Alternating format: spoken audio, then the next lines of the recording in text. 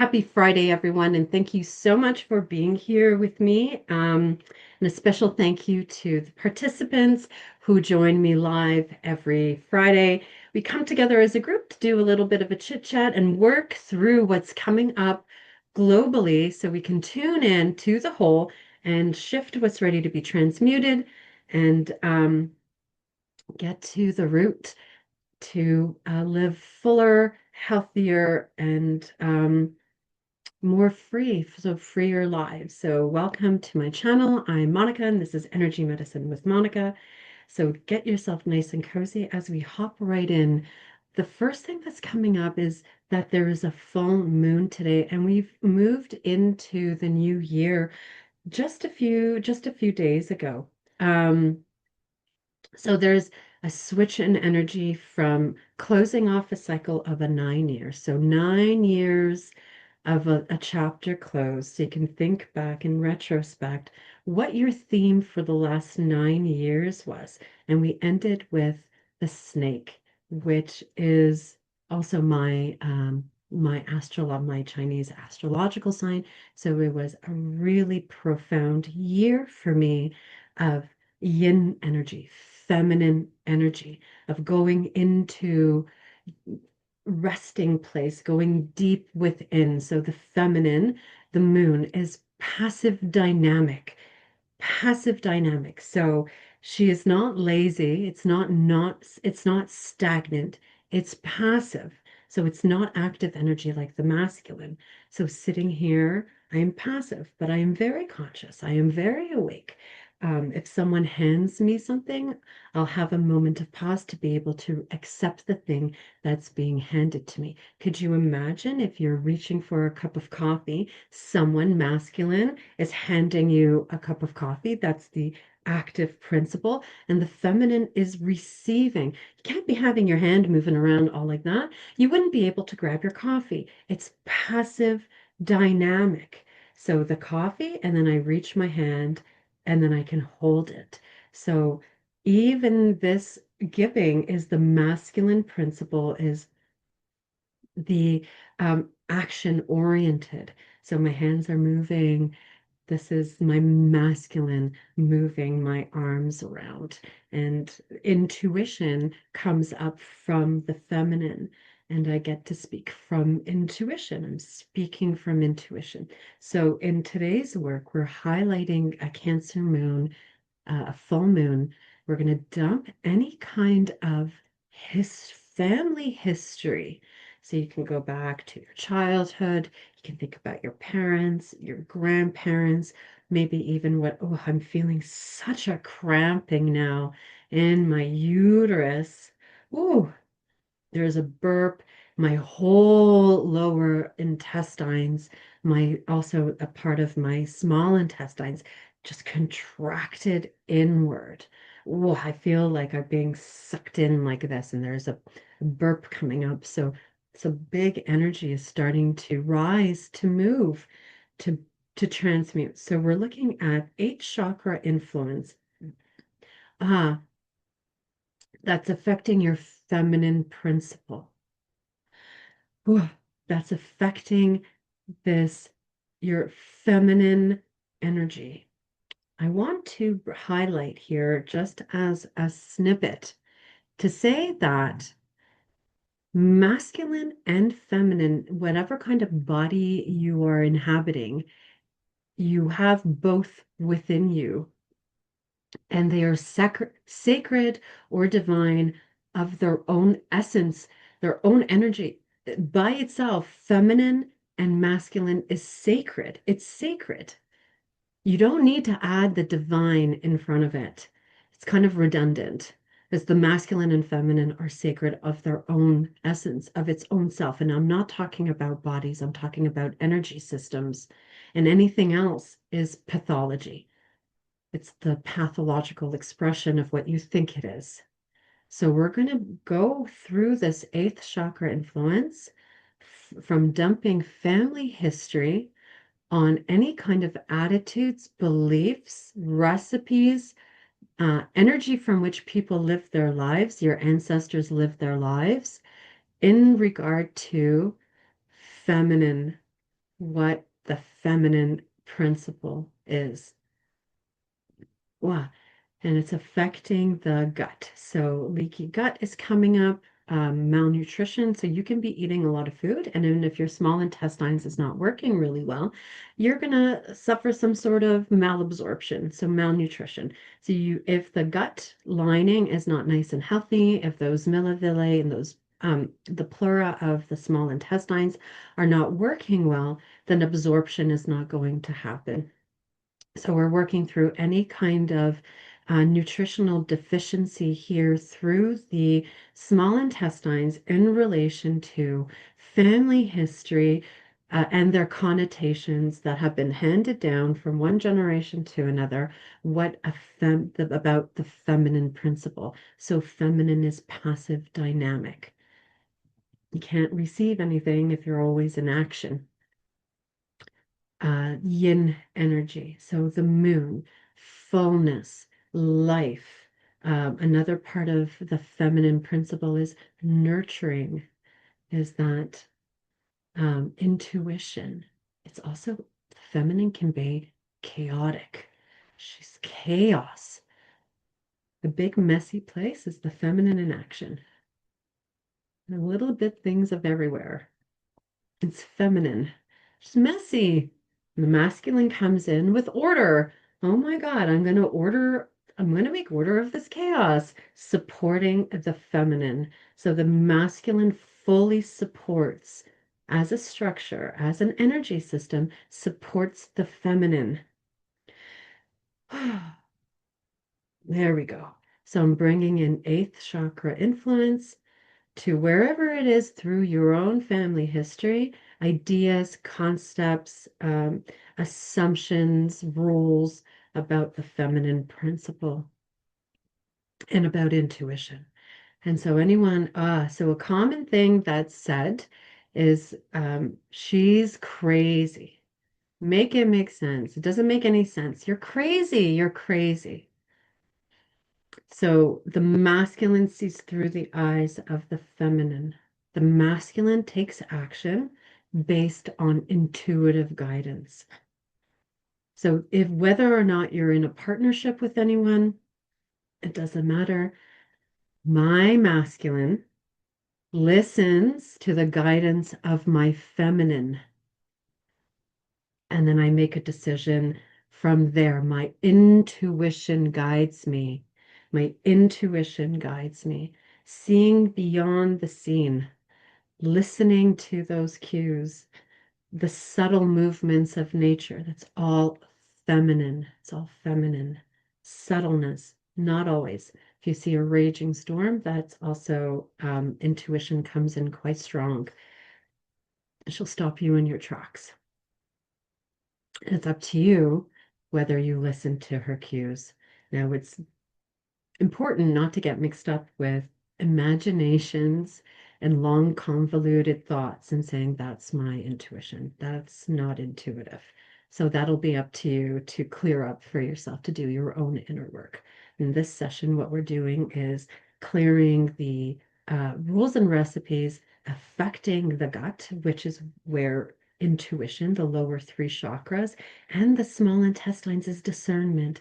That's where your intuition lies. We need to clear up the gut. Got to clear the gut. So we're dumping any influences from that ancestry that are plugging up. There we go, plugging up that discernment of the small intestines. My mouth is really pasty and dry all of a sudden. It's almost like I can't get the words out of my mouth. So my attention is being shifted to my mouth. We got to clear up also the microbiome of the mouth. So your digestive system actually begins 1 inch away from your mouth. So babies and children are a great example of listening to their intuitive guidance. They'll put something up to their mouth, and before they can even taste it, they go bleh. Although they'll smell it, maybe they'll lick it, they'll shake it, they'll look at it, they'll put it in their mouth and go, "Bleh," and they spit it out and they go, yuck. That's their natural biome. letting them know that whatever they're putting in their mouth for this moment is not good for them. Now, it's not to say that they will always be like that, but you can think about moments. I've done this as well. I'll put something in my mouth thinking that I need to eat it. Oh, this needs to be digested. So you have to, this is also two-parted, right? So not only the food that you eat, but what kind of information you're digesting, right? It can be external information that's being digested. So, how do you force feed yourself information that you know that's not meant for you? So, it could be through the screen, watching the same bits of information all the time. I like to get both sides of the story. I'll watch, let's say, even if it's like, for example, for news, I'll watch a little bit of everything, even though I don't like watching, I don't really tend to watch the news. I'm just using this as an example. A little bit of everything, and then I'll let my gut make a choice for me based on what's good for me, not what I think is good for me, but I'll let it cipher through to my gut and go, this is something's not quite right. Or yes, this is a valid piece of yes, this is a good piece of information. So I digress. What do you force feed yourself? Why we do this to kids? Come on, just eat, and you try to stuff the spoon into their mouth to force feed them. It doesn't quite work. Instead of going offering a piece of information and letting offering a piece of information, and then as an adult, you get to discern whether or not you want to eat it. So we got to help this microbiome of the mouth. It's the TMJ is the most inundated muscle. So if you have clenching, grinding your teeth, holding your tongue in tension, my tongue feels tight, my teeth feel tight, the TMJ is really tight. It's affecting the sinuses. We're going to also do a really nice emotional relief from um, the Voimer xiphoid. Oh, take a nice breath. Oh, that just released the tension off the back of my head. Voimer xiphoid. And the xiphoid process is just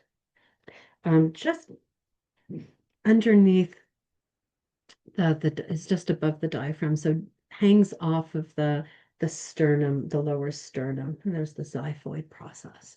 We're going to do an emotional release from there. We're going to bring in here a body chemistry to help flush the toxins that are leaving a bad taste in your mouth. It almost feels like a film. So if you've got milky tongue, if you've got gum problems, tooth decay, we're going to help to cleanse that microbiome of the mouth in relation to that healing that's taking place with the small intestines so that the gut comes up through the heart brain up through the mouth and you're speaking clearly. Do you ever hear somebody talk and they just a bunch of word salad and you have no idea what they've said? They're saying a bunch of words and they're not saying a thing at all. They're not saying a thing at all. I know sometimes I've caught myself doing it and I stop myself. So this is where habits are coming in. If you've noticed yourself in a habit, you can stop yourself and say, hold on a second, hold on a second, let me regroup. Did what I say made sense? Did it make sense? Help me to refine what I'm saying so that I'm in my midline, so that my mind is nice and grounded, that the intuition is coming up, that the information coming up that I'm giving is clear. It's from my gut. It's not convoluted from the mind. So we're bringing in a body chemistry to clean out gums, tongue, teeth, sinuses, TMJ, also running hydration to the cartilage. We don't want that cartilage to be thin. We want it nice and full so there's not that bone on bone grinding. Good. Now my saliva is starting to now come back. And there was a gurgle in my belly. Um, are we doing anything else? Yes. We're going to the back of the head, C1. So C1 is the Atlas. So if you think about Atlas, he carries the weight of the world on his back. This is how you hold your head. The, we're going to dump uh, a mix up between, need to do a differentiation between goal setting, keeping your aim high. I've got a goal. Let's say I have a project I want to work on. I want to build, for example, let's say I want to build a birdhouse. Okay, well, I don't expect that I'm going to build a birdhouse, but my goal is to build a birdhouse. I actually have no idea how to build a birdhouse, so then I would have to take one practical step, which is the feminine. She's practical. Masculine is the visionary. The visionary within me, the masculine within me would say birdhouse, and I would envision a birdhouse. And then the feminine, one piece at a time, we go, okay, well, first you've got to learn how to build the birdhouse. Go on YouTube, go find manuals, go learn how to work with wood. It's very complex.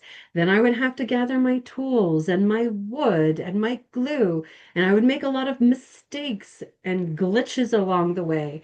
And this is where stubbornness and tenacity comes in as as a good thing, as a healthy aspect of being tenacious and stubborn. That even though that birdhouse doesn't manifest on the first go, doesn't mean I give up. I learn from the thing that didn't work.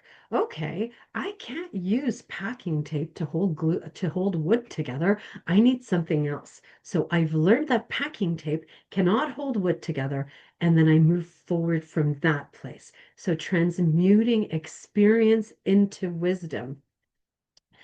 So I have a goal. I want to build this birdhouse, and one day at a time, I consistently with tenacity, aim up towards my goal. My aim is high. I've got a goal in mind and I work towards it diligently. And then I learn things along the way. And maybe it'll take me 5 years to build that birdhouse. Maybe it's very complex compared to having an expectation. I expect myself to build a birdhouse, and then it doesn't manifest. Those expectations. Ooh, there we go. There was a big release there. Well, they never come to fruition. The goalpost keeps changing. It is ever moving goalposts of expectation. And through there, there's usually manipulation of yourself and others. There's pathological behavior. There's a whole bunch of trouble that comes along with, makes your life worse if you have an expectation of it. Now, if you're getting triggered here and you're like, Monica, my expectations are perfectly valid. Sure, go ahead. Try that out for yourself and let me know how that works for you. Give it a go for 6 months. So if you have what I say New Year's expectations, um, good luck. I hope they work out. What I'm doing here is keeping my aim high and working towards a goal without the expectation that it will work.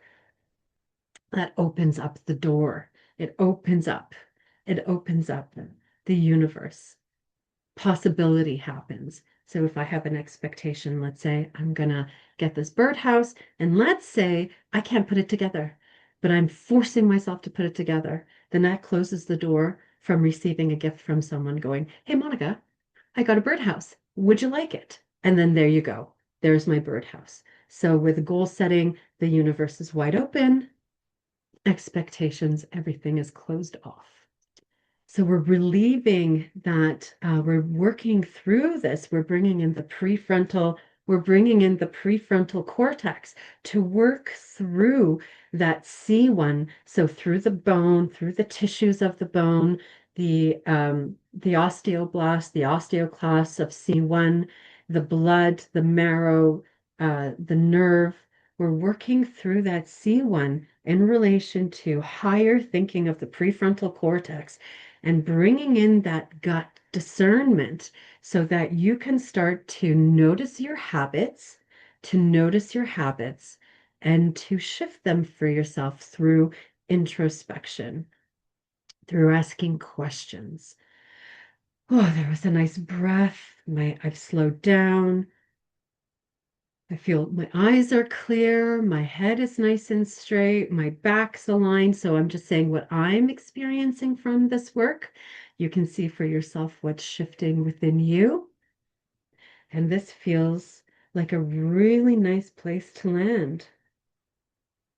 The masculine as a support supports the feminine, so not as a burden, but as a mutual support, mutually supportive, discerning. We cleaned up the mouth and the microbiome so you can see for yourself, what do you force feed yourself and what do you force feed others? Because whatever you do out there, you do 10 times worse in here. So it's not that you do something out there and you're not doing it to yourself. It's done to yourself first, and then that goes out to the world around you. And then we've got this beautiful high aim in the C1, where you get to hold your head up high, holding your head up high. All right, everyone. Happy New Year. I hope you had a great little rest for yourself, and I will see you all next week. Please like, share, and subscribe. It helps this channel grow so I can continue to do this wonderful work with all of you and get these sessions out to the world. Be well.